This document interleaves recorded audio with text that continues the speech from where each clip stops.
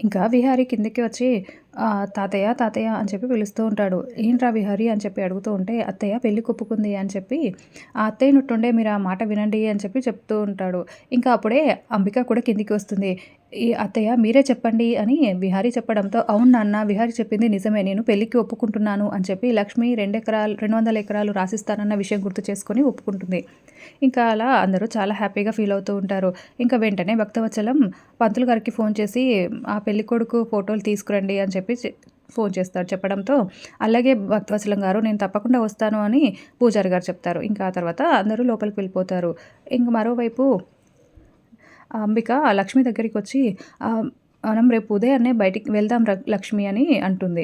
"ఎక్కడికమ్మా?" అని లక్ష్మి అంటుంది. నిన్న చెప్పావు కదా మర్చిపోయావా? 200 ఎకరాలు నా పేరున రాస్తానని" అని చెప్పి అంబిక అడగడంతో, "ఆ" అని ఆలోచిస్తూ ఉంటుంది. "ఏంటే ఆలోచిస్తున్నావు?" అని అంబిక అడుగుతూ ఉంటుంది గట్టిగా నిలదీయడంతో, "అది కాదమ్మా, నేను దత్తత ఆపేస్తే మీరు పెళ్ళికి ఒప్పుకుంటానని చెప్పారు. కానీ ఆ తర్వాత మళ్ళీ ప్లేట్ మార్చారు కదా! ఇప్పుడు ఇది కూడా అంతే. Tit for tat. నేను ఊరికే అలా చెప్పాను మీరు పెళ్ళికి ఒప్పుకోవాలని. మీరు పెళ్లి చేసుకొని గంపెడు పిల్లల్ని కని పిల్లలతో బిజీగా ఉంటే ఈ ఇంటి గురించి, ఈ ఆస్తుల గురించి పట్టించుకోరు. మీరు ఇంట్లో నుండి వెళ్ళిపోయి హ్యాపీగా ఉండండమ్మా" అని లక్ష్మి చెప్తుంది. ఇంకా అంబిక చాలా కోపంగా మండిపడుతూ అక్కడి నుంచి "నీ అంతు చూస్తానే" అని వెళ్ళిపోతుంది. ఇంకా అలా వెళ్ళిపోయిన తర్వాత మళ్ళీ ఈవినింగ్ వరకి లక్ష్మి డైనింగ్ టేబుల్ అంతా సదురుతూ ఉంటుంది. అప్పుడే పండు అక్కడికి వచ్చి "లక్ష్మమ్మ" అని పిలుస్తాడు. "ఏంటి పండు ఏమైంది?" అని అంటూ ఉంటే, "అది మీకెలా చెప్పాలో తెలియట్లేదమ్మా" అని పండు చెప్తాడు. "ఏంటి పండు చెప్పు పర్లేదు. ఏమైంది? నాతో మాట్లాడడానికి నీకేంటి భయం?" అని లక్ష్మి అంటుంది. "వసుధమ్మ, చారుకేశ వాళ్ళ బాబుగారు బయటికి రాలేదమ్మా.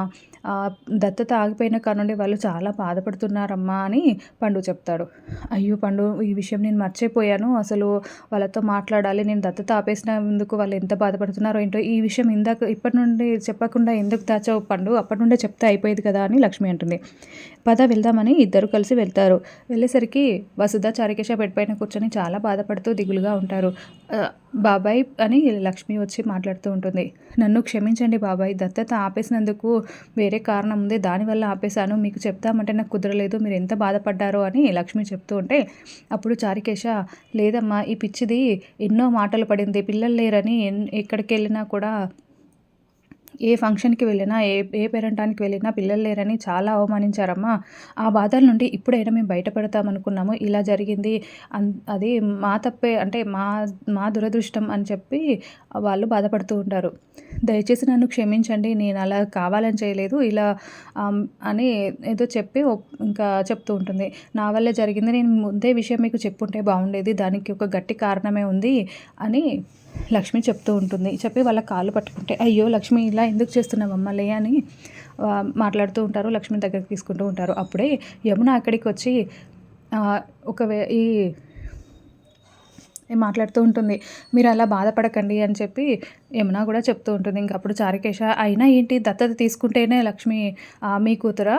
మీరు దత్తత తీసుకోకపోయినా లక్ష్మి ఎప్పటికీ మీ కూతురే" అని యమున చెప్పడంతో, "అవును" అని వాళ్ళిద్దరూ చాలా హ్యాపీగా ఫీల్ అవుతూ ఉంటారు. ఇంకా "మాకు లక్ష్మి ఎప్పటికైనా మా కూతురే" అని అంటూ ఉంటారు. ఇంకా అప్పుడేమో మళ్ళీ లక్ష్మి కూడా, "మిమ్మల్నే నేను అమ్మ నాన్నగా ఈ రోజు నుండి భావిస్తున్నాను. మీరే నాకు అమ్మ నాన్న. నన్ను క్షమించండి. మీరు అన్నం తినడానికి ఎందుకు రాలేదు? రండి వెళ్దామంటే, ఇప్పుడు వద్దు లక్ష్మి" అని చారుకేశ అంటాడు. "అలా ఏం కుదరదు పండు. నువ్వు వెళ్ళి ప్లేట్‌లో భోజనం పెట్టుకొని తీసుకురా" అని లక్ష్మి చెప్తుంది. ఇంకా పండు వెళ్ళి, "అలాగే అమ్మ" అని ప్లేట్‌లో వడ్డించుకొని తీసుకొని వస్తాడు. ఇంకా లక్ష్మి, "ఈరోజు మీ కూతురే మీకు ఇద్దరికీ అన్నం తినిపిస్తుంది" అని లక్ష్మి ఇద్దరికీ కలిపి ముద్దలు పెడుతూ ఉంటుంది. ఇంకా ఆ తర్వాత చారుకేశ, వసుధ కూడా లక్ష్మికి తినిపిస్తారు. "యమునమ్మ, మీరు కూడా ఒక ముద్ద తినండి" అని యమునకి పెడుతుంది. ఇంకా తర్వాత పండుకి కూడా, "పండు నువ్వేమైనా తక్కువ పటు" అని చెప్పి పండుకి కూడా తినిపిస్తుంది. ఇంకా అందరూ చాలా హ్యాపీగా ఫీల్ అవుతూ ఉంటారు. ఇంకా ఆ తర్వాత విహారీ రూమ్‌లో ఆలోచిస్తూ ఉంటాడు. సహస్ర మోసం చేసి పెళ్లి చేసుకున్న విషయము, ఆ రోజు మాట్లాడిన మాటలన్నీ కూడా ఆలోచిస్తూ ఉంటాడు.